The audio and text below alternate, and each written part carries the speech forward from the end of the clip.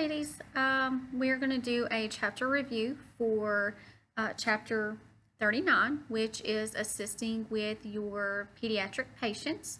And I'm just going to go through the chapter to highlight the important information that you need to go back in your chapter review. Of course, read it on your own. I'm going to go over some of the main important things that you do need to remember as you're taking care of pediatric patients or infants, children, even adolescents.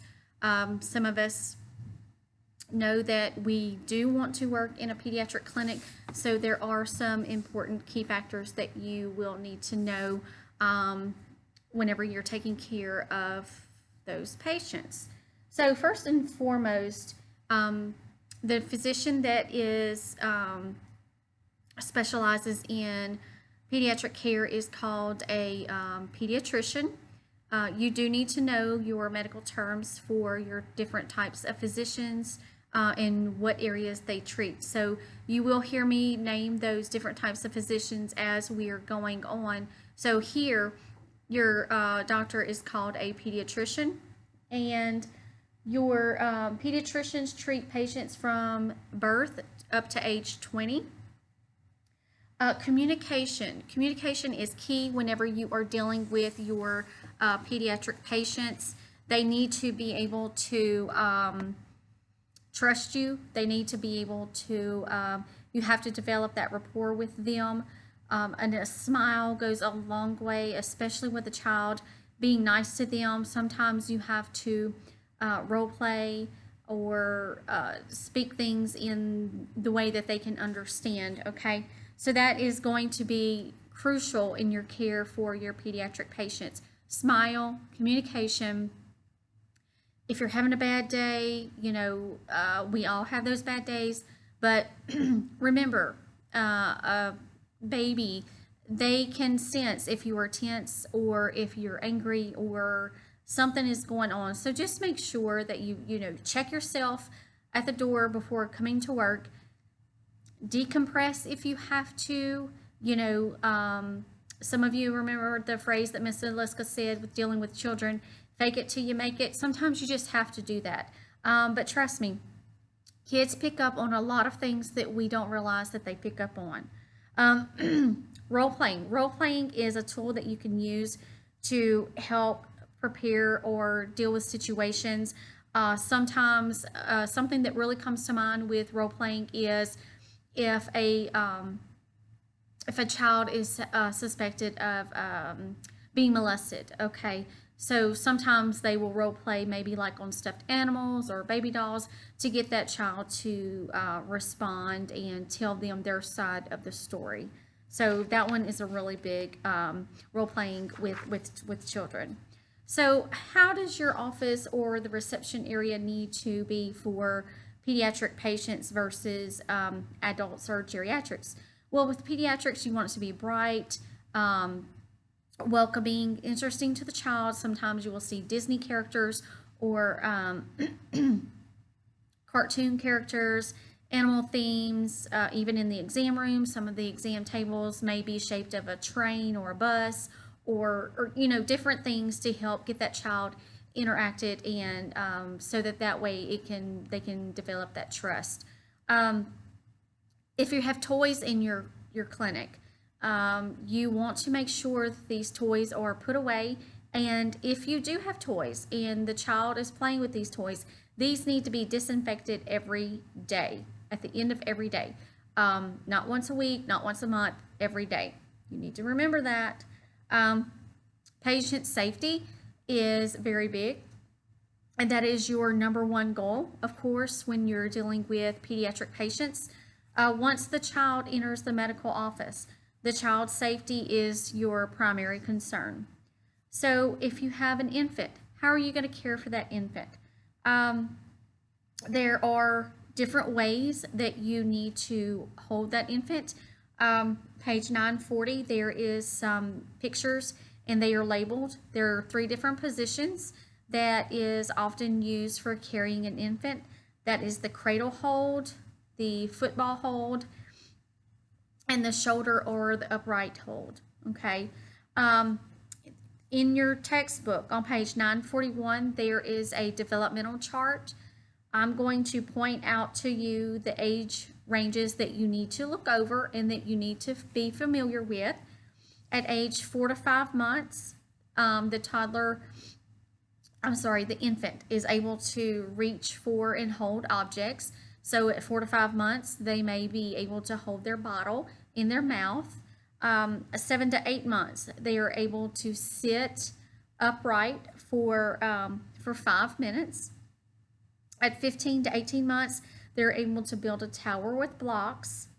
And ages 4 to 5 years, they are able to catch a ball that is tossed to them. Most of the time, age 4 to 5, you'll see that children are involved in Wii or T-ball, and they're able to catch the balls that are thrown to them. Your ADGAR scoring, this is done immediately following birth, not a few minutes afterwards. This is immediately after that child is born. They do this test to assess different things they are going to, and they have different scores to assess their health, their well-being, okay? Their growth. So your average infant weighs about 7 pounds at birth. Of course, some weighs a little lower, some weighs a little higher, but that is your average weight, is 7 pounds. Your failure to thrive, you have heard of adult failure to thrive. Well, infants can also have failure to thrive, and it's initialed FTT, that failure to thrive, FTT. And this is when the infant is unable to gain a sufficient amount of weight according to the standardized baby growth charts. That is infant failure to thrive. Excuse me, y'all. Let's see. So I had you do a lab assignment of how to accurately weigh your infant, measure your infant for length, the head circumference. So what about all the other vital signs? You can still, babies have vital signs just like adults do. So where are you going to place your stethoscope whenever you're doing an apical pulse rate, heart rate? Where are you going to put the thermometer? Are you going to do it temporally? Are you going to do it axillary? That means under the arm. Are you going to do it orally or rectally? You do need to look up in your textbook which route of temperature that you need to take for the age of your infant or child, okay? Where do you place the stethoscope when you're listening for a heart rate?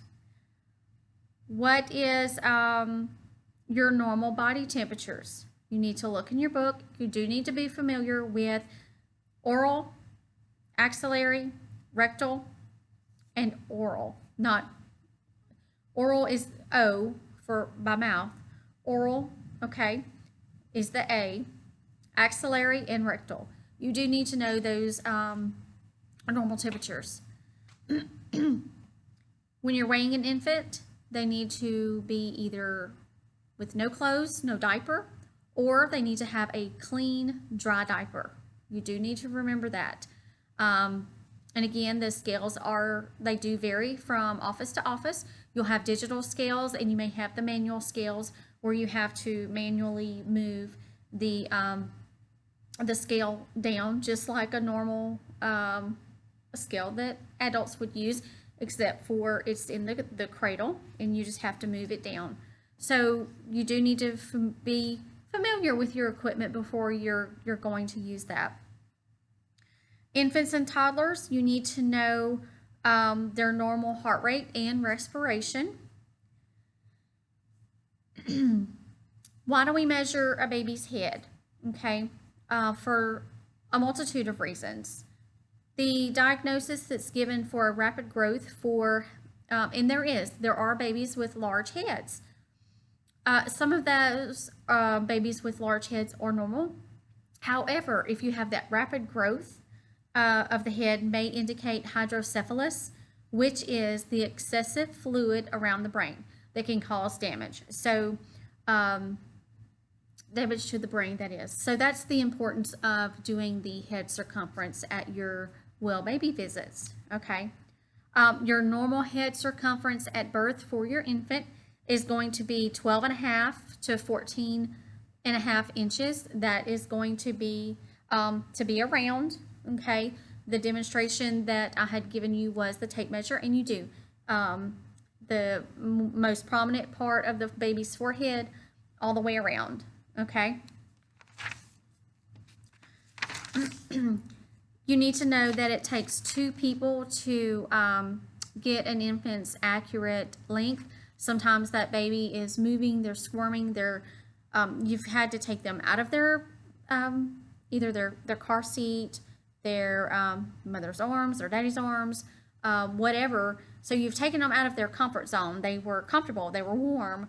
So now you've stripped them off of their clothes, and you've unwrapped the blanket from around them. They're crying, they're cold, they're upset, they don't know who you are. So, you know, sometimes it does take that extra person. You may need another nurse, another medical assistant. Even ask that mom or dad to help you hold that baby still to get their weight and to get their accurate length. So remember, you're going to have to hold that baby still and use that pen like the nurse was showing you in the video to mark where their head was, and you're going to have to extend their extremities out, and you're going to put, you know, mark on that paper where that baby's heel is, and you're going to have to stretch out that baby's legs, and that's going to give you their accurate length. And that's very important, because if that baby needs to be put on medicine, that physician is going to have to calculate that dosage, and it has to be precise. Babies are very prone to, you can overdose a baby. You can give them too much medicine. So that's very, very important, not just for their growth, their health. You know, if they are on a medicine, you have to be very precise in your numbers with babies, infants, toddlers, children, all of that. Get their height and weight each visit. Get their head circumference. Sometimes that pediatrician is going to have you do a chest circumference, and you measure the chest just like you do the baby's head. Okay, all of this is very important, y'all. So if you have well baby visits, and then you have times allotted if your baby or child is sick. If you have a patient, if you're working in a clinic and mom calls, baby's sick, you need to place that the baby or child in a separate area of the clinic, because a lot of your childhood viruses, infections, they're highly contagious, and you don't want to contaminate all of the other well baby visits. So you do want to have a specialized area for those patients. Collecting a urine sample for a child or an infant can be very tricky sometimes. If your infant, if you're doing a urine specimen on an infant, there are urine specimen bags that simply attach over that baby's private area, the urine where the urine comes out, and it simply attaches to the skin, and when the baby urinates, it goes into the bag, and it is, you know, a clean specimen. If the child is able to, if they are potty trained and they're able to go to the potty, you can educate that caregiver, that mom, that dad, whoever's with them, on to properly clean that genitalia area to be able to get an adequate specimen that way. Okay, so use your better judgment. Ask mom or dad what they prefer to do. And again, it's all about getting that rapport with that child.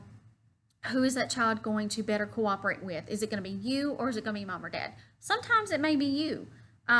Sometimes they want to be stubborn for mom and dad, and it's going to be a little more difficult. But sometimes if you develop that really good rapport with that child, they're more likely to cooperate with you versus their parents. So you just kind of have to play around with that a little bit. So you do need to be familiar with pediatric diseases and disorders, and I'm going to highlight some of those for you. But before I go on to that, when collecting a urine sample, There are specific questions that you need to ask the parent if there is a suspected UTI, urinary tract infection. So look in your textbook on page 952 at the top when it's talking about the urine specimen collection of what questions you could ask the caregiver. So, but going on to the diseases and disorders, your most common is the rhinovirus. Rhino is nose, allergies, sinus infection. That's what that is. Okay, it is highly contagious, and it is caused by more than 200 varieties of viruses, different strains. So, and it can be difficult to treat because it may be sensitive or resistant to a certain type of antibiotic, and sometimes it may require more than one. There's different classes of antibiotics, so it may require more than one class. Okay, strep throat's highly contagious. We all know, especially if you have a child. If you don't, strep throat it's just kind of like once one child has strep throat, all children have strep throat, especially if you're in school. That's what I mean. So, or if they go to daycare, they have fever, sore throat, and if a child has a sore throat, they're not going to want to eat. If an infant has a sore throat, they don't want to take their bottle or breastfeed. So all of those factors need to be taken into consideration if the baby is not wanting to eat. It could be something else. It could be their ears hurting, it could be their throat is sore, it could be that they're teething. I didn't want to get off track, but just remember that it could be more than one thing if the baby or infant or child is not wanting to eat. Strep throat is treated with antibiotics. Usually it comes in a liquid form for a child, and it has to be mixed at the pharmacy. Sometimes you have to wait on a little bit extra because they have to mix it before they give it to you. You do need to educate your mom or your dad or the baby's caregiver. They need to complete the antibiotic until it is completely gone, even though that child may seem like they're feeling better. Otis media. Otis media is the inner ear infection. That's where fluid can accumulate around that eardrum. And again, if they have that ear infection, as your ear, all of this is connected. So your ear, it drains down into your throat and so on. So if that baby has an ear infection, they're not going to want to eat. They're not going to want to suck their bottle or breastfeed or anything. So need to make sure that we, if you notice those things as a mom, get that addressed. But if you are the medical assistant providing that care, making sure that all of those areas that you're asking these questions to those caregivers. Croupy cough is the inflammation of the larynx and the trach. They have a distinctive barking cough. It's loud. It sounds like they're coughing up a lung per se. So that is what croup is. And then you have a stridor. A stridor is that high-pitched sound when they're coughing, and it could be a possible obstruction in their airway, bronchitis, and sometimes if it gets extensive, this child may need to be hospitalized for further treatment. But usually this right here they can treat with nebulizer treatments. I'd gone over with you in the lab the last day that y'all were here in class. Asthma. Asthma is the most common disease that is chronic in children, affecting 1 in 7, usually before the age of 4 is usually when it is diagnosed. Gastrointestinal disorders, there's a wide variety. I do want to kind of touch base on that BRAT diet, B-R-A-T, and it is bananas, rice, applesauce, and toast. BRAT. Bananas, applesauce, rice, and toast. That is a bland diet, and if a child or an infant has that gastrointestinal disorder, sometimes the physician will say, let's do the bland and see if we can rule something out, and they'll give it, and it kind of gives their GI tract a little time to rest. Okay. Colic. You ever heard of colic? Colic is severe gastrointestinal pain occurring in both breastfed and formula-fed infants. Your cause is unknown and there is no specific treatment. It's just kind of a hit and miss, trial and error, if you will. Try this. If it didn't help, you need to try that. And if it didn't help, you need to try something else. So you just kind of have to play with a baby that has colic. The cause is kind of really unknown, but it can occur in breastfed and bottle fed. And if it's bottle fed, they may need to change the formula. If it's breastfed, the physician may give that mother, or if it's breastfed, what is that mother's diet? What is she consuming that's causing that upset stomach in the baby? So remember, if a baby is breastfed, whatever that mother is consuming, whether it be food, medication, alcohol, I'm just saying, anything like that, it does go to that baby. Okay, so if it's breastfed and they're having these GI symptoms, that's when we need to start questioning the mother. What is your diet like? Okay, so just keep that in mind. Other disorders, you have autism. Autism is diagnosed by the age of 3. It is more prevalent in males than in females. You need to look in your book of what the symptoms of autism is. What are your wide variety of symptoms, okay? What falls in that category? Then you have sudden death syndrome, or SIDS. That is the death of an infant, usually before the age of 1 year, with no known cause. It does occur while they are sleeping.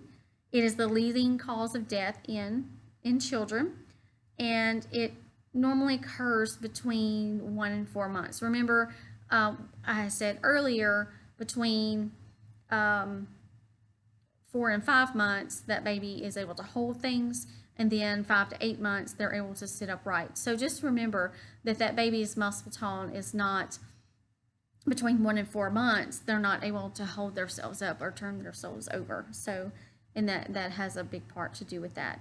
You have febrile seizures. Febrile is fever. This is high fevers following a rapid spike in body temperatures. Seizures can occur, and seizures are the jerking of arms and legs, sometimes a loss of consciousness, and stiffness of the child's body. So the main thing to do when a child is having a seizure is safety. Let that seizure play out. You don't want to put anything in that child's mouth. Making sure that their airway is not obstructed.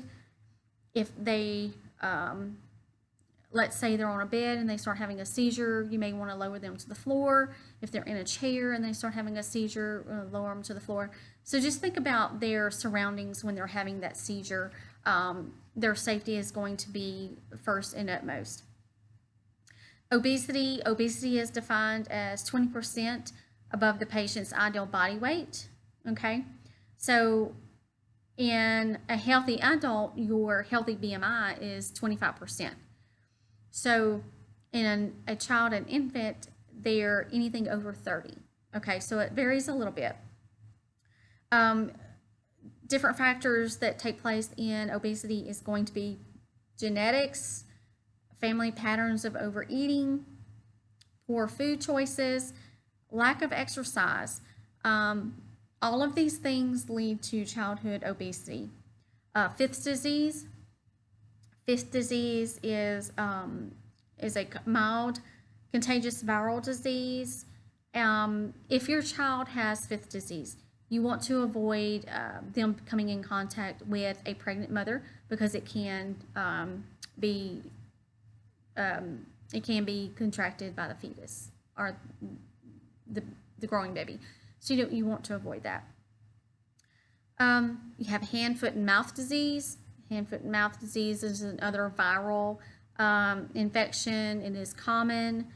And you may have blisters, may have fever, different things. So that's why it's very important to clean everything, properly educate your mothers, your fathers, your children, your baby, all of that.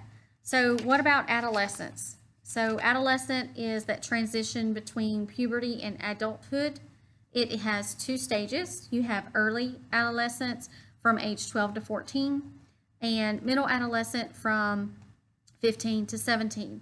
And as you think about these children that's progressing into early adolescence, you know, a lot of changing. Their bodies are changing, their mode of thinking is changing, how they do things are changing. They're becoming curious about their bodies because it's changing. You know, females, their breasts are starting to grow in, they're needing to wear bras. Males, they are being curious about their private areas. You know, this is the time where they start waking up with that morning, we're adults here, you know, so, you know, little, I say little males, 13, 14, 15, they're waking up with morning erections. They don't know what that is. And sometimes, especially if you are a single mother, you have to have these conversations, especially if you have boys. What's happening to their bodies? Why is this going on? They're having peer pressure. You know, some of them are sexually active at this age. Of course, you want to educate abstinence, but some of them, if their friends have done it, they're going to have, you know, that peer pressure. You have sex, drugs, alcohol. If you're not doing it, you're not part of the cool club, right? Okay, so all of this is out there, and it can contribute to that obesity. If they're being bullied, they want to eat. So all of that takes a big factor. So if you are working in this area, take the time to listen to your patients, your child that's in that middle age, because this is a critical time in their life. They're distinguishing who they are. You even have now, you know, the gender transition. You know, they're having trouble identifying who they are, who they want to be.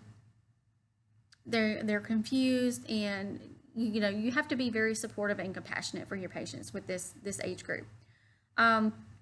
Developmentally, girls are physically mature during middle adolescence with their growing of their breasts and all of that. During middle teen, you know, you start having that conflict with your teen and your parent. The teen knows everything, the parent knows nothing. So you have that conflict going on. Adolescents exhibit greater independence and greater interest in the opposite sex. Your eating disorders, okay, it is more prevalent among adolescents and teens. There's a multitude of eating disorders. The two main common is going to be your anorexia nervosa, and you do need to look both of these up in your book of what they are and the symptoms that they exhibit. And your bulimia nervosa, you need to know the difference between the two.